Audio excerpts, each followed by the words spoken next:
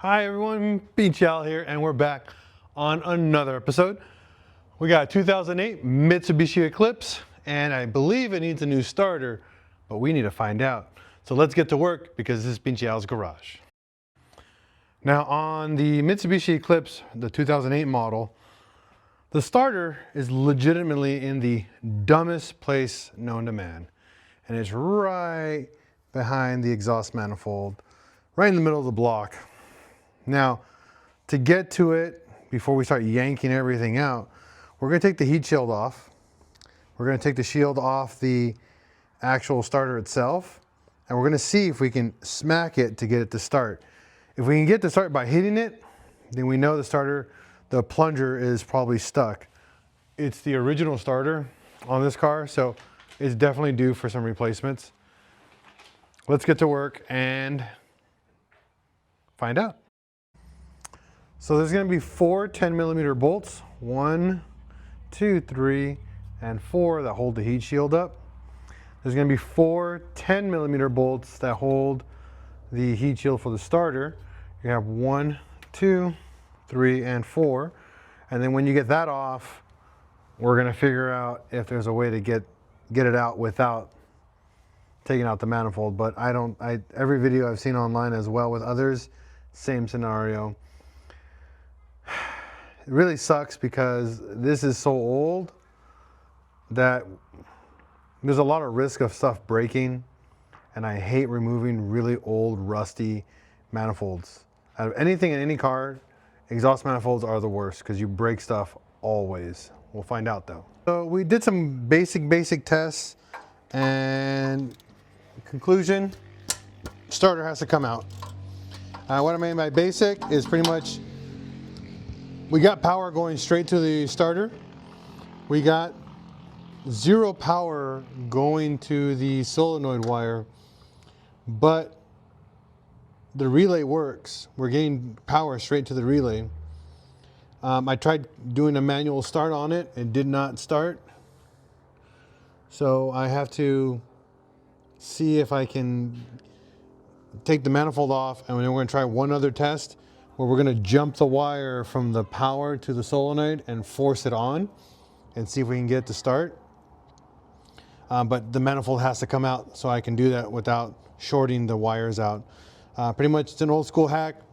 Just grab a screwdriver, cross the main power to the solenoid, and then see if that jumps. If it does jump, that means the signal wire from the top of the solenoid either is dead or the starter, the solenoid, is dead itself. It's one or the other. We'll find out when we get this manifold out. And don't electrocute yourself, yeah. For the manifold, it's 1, 2, 3, 4, 5, 6 14mm bolts, and I believe there's 2 on the bottom. I'll show you which ones they are, but we're gonna work on the top ones first. I did a manual kickstart. Pretty much you cross the screwdriver from here to here. These two right here, and it should force the starter to kick on. Nothing was kicking on. It got power, I can see spark, but zero. So more than likely either the solenoid's dead completely or the starter itself is completely jammed and it's just not kicking. In the area that we're living in, we're in Texarkana, Arkansas. This car is also from Texas. That could be due to the fact that we're getting harsh colds lately, like really harsh colds here. I know I'm talking like I'm new, like I've been here forever, but from my research and over time, that's what I found out, that the winters here are very harsh and there's a lot of rain. And this car has 260,000 miles on it? 268,000 miles on it. Yeah, it's due for a replacement. So we're gonna get started on that. Now the, I don't know, the way it looks, it's hard to tell. There's 2 bolts, one down here and one over here in the dumbest spot possible. You know, just to make it harder for you, the bolts are facing the opposite direction towards the air filter. So getting to them are gonna be quite interesting. We'll figure out when we get there. I'll walk you through that when we get to that point. To remove the manifold, you'll see there's a bracket here. There's a 14 mil here, And then there's two 17 millimeters and then two 16 millimeters that hold the entire lower assembly portion of the exhaust manifold. It's super easy. There are 5 bolts in total, 4 on the manifold itself, and then 5th on this bracket right here that hold the last piece in place. All right, so the power is disconnected. Next step is to unbolt the starter, the main power first, and then we're gonna go to trying to find how to get the hold of these 2 bolts in the back. You give me 14 and a 15. They're hard to tell from this direction. 14 first, hold on. Oh, it is a 14. So the 14 wrench does reach on this side. And I think, yeah, we got a spot right there. So yeah, we can actually get it with a wrench. Let's see, this way, it's gonna be going downwards. I can break it loose. So the upper bolt is a lot easier.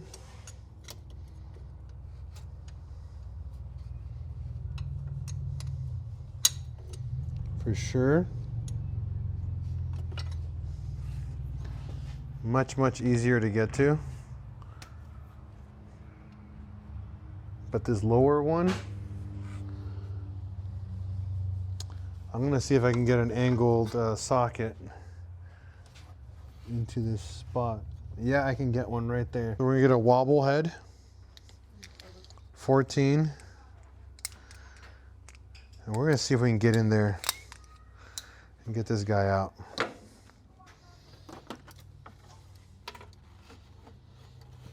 So I'm going through the front side of it. See if I can get in. Yep. That is really tight. When in doubt, listen to the wife.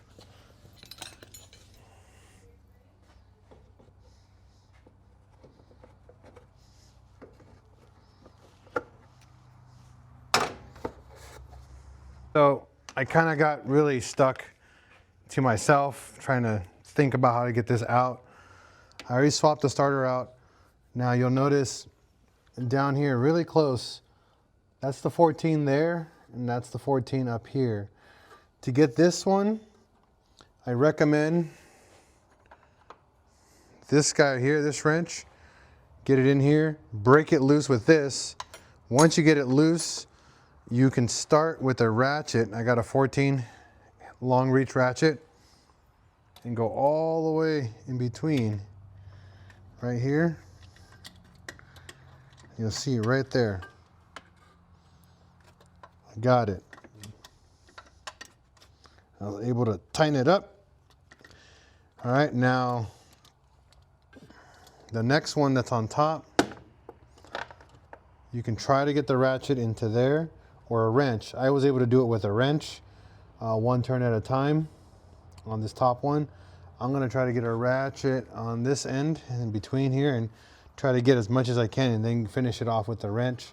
Plug everything back in with the 13 and that guy. And then we're gonna give it a start afterwards and see if it kicks on. But I gotta make sure the starter is fully bolted.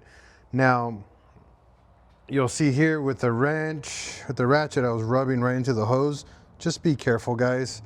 You don't wanna rip your hose right up here. But other than that, that worked out. Actually worked out really well. We got the starter in and out. Now we're gonna put it all back together and see if it fires up. Officially got this bolt and this bolt tightened down. Bring back the power wire again.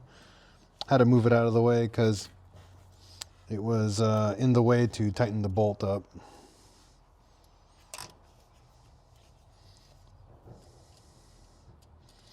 Now, I'm not gonna put the manifold in. I'm just gonna tighten this guy down and we're gonna fire it up.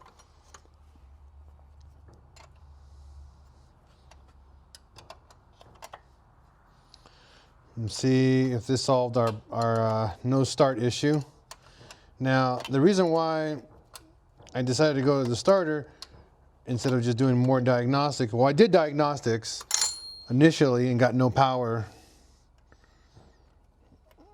So I wanted to do the other diagnostics before pulling the starter out. Unlike like other cars where you can actually just do it because the starter is usually in an easy to get to location, but they flipped it around where honestly they could have just turned it around. It's the flywheel's right there. They just turned it around in a different direction. But whenever you want to manually test the starter, you cross these two wires, the power to the solenoid, and jump it right over to the actual solenoid, and it should fire up this guy and crank it over. The other one, it's seized, so it's pretty much dead. Let's find out if we get this started. If this does fire up, please make sure to turn your volume down because this will be loud. All right, move my stuff out of the way just in case. It actually turns on. All right, we got power. Car's back to life. All right, problem solved. Starter replaced. All right, now that saved us another trip to the auto parts store. So now, since this is all removed, let's get this all mounted back up nice and purty.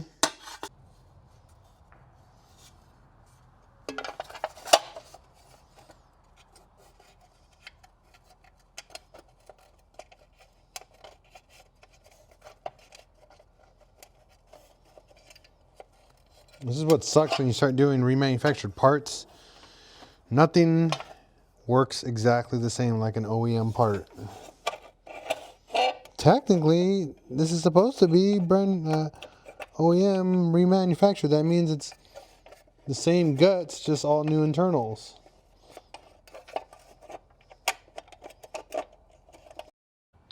All right, well, camera died, but I'm gonna walk you through it anyways. So first things first, what we did before, we got the heat shield on, starter works, good, car started, mounted the exhaust manifold, then the pigtails for the exhaust side, O2 sensors, left side O2 sensors, right side O2 sensors. This thing has dual cats. It's wild. It's a cat for every 2 cylinders. That is ridiculously stupid and expensive. So thank you, Mitsubishi, for that.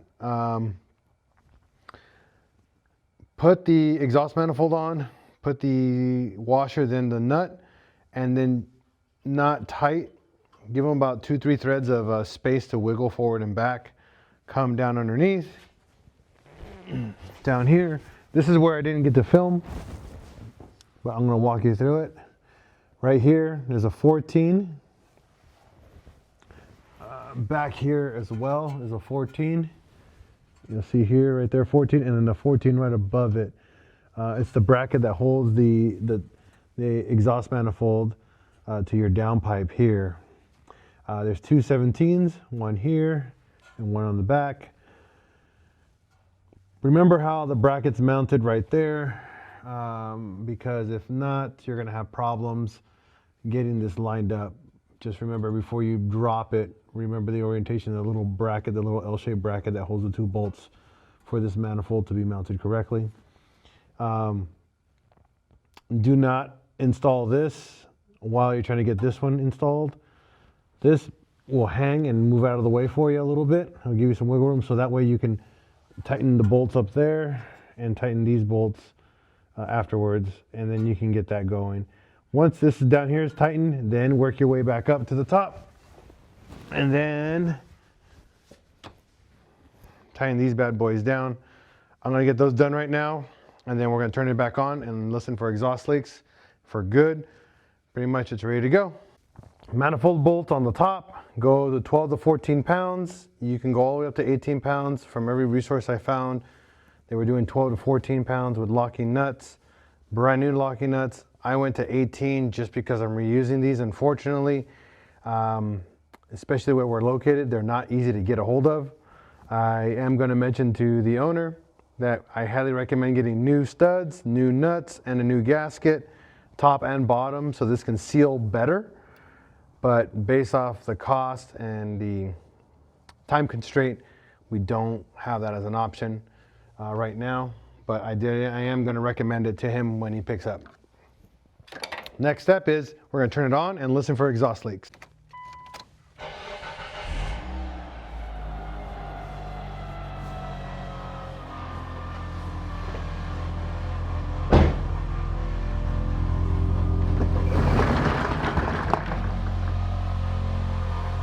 Now, one thing you got to keep in mind, especially for exhaust leaks,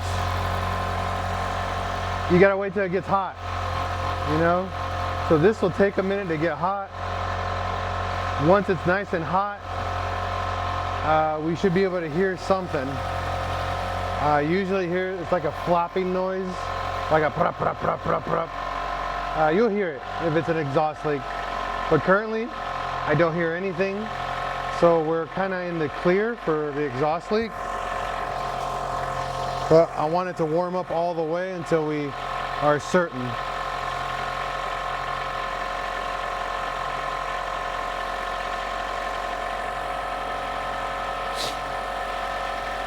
You see the smoke because I ended up using some penetrating oil to get those nuts off. So that should burn off completely.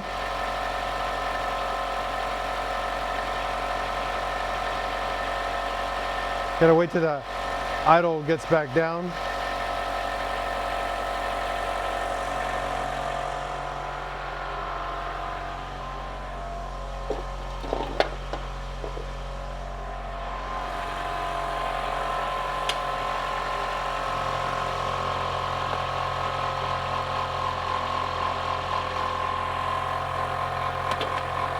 Just waiting for it to cool down, calm down.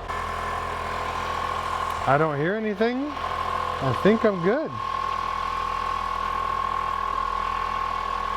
It is a noisy little car though, holy smokes.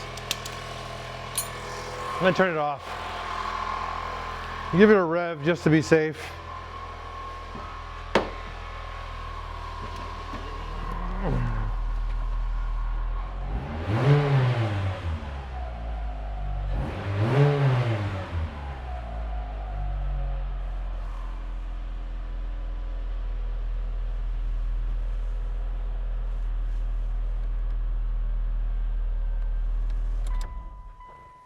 All right, we are done. Just gonna finish the heat shield and all the little covers, but that's it, guys. We are officially done with this car. All right, that's how we install a starter on a 2008 Mitsubishi Eclipse. And doing some diagnostic works before we take apart the whole dang thing. You always want to try to do as much diagnostic works before you just slap on parts because you end up spending sometimes twice up to 3 times as much money. I did test every way that I know I'm knowledgeable with on how to test a starter, and my end result, I had to swap out the starter. I got lucky and I'm happy. I'm not saying it was an educated guess and a very good educated guess because it got the car started. This guy's gonna be very happy because both cars he had were stranded on my property when he came to work on my property to do some construction work with his workers. So I'm glad I'm able to help out and get him up and running again and get his workers' vehicle to pretty much get back to work. Thanks everyone for watching this video at Pinchel's Garage 2026, y'all. You are gonna see a lot more of me. I am working full-time doing Pinchel's Garage. So enjoy, peace out, have a wonderful day, and as always, love everyone. Peace out.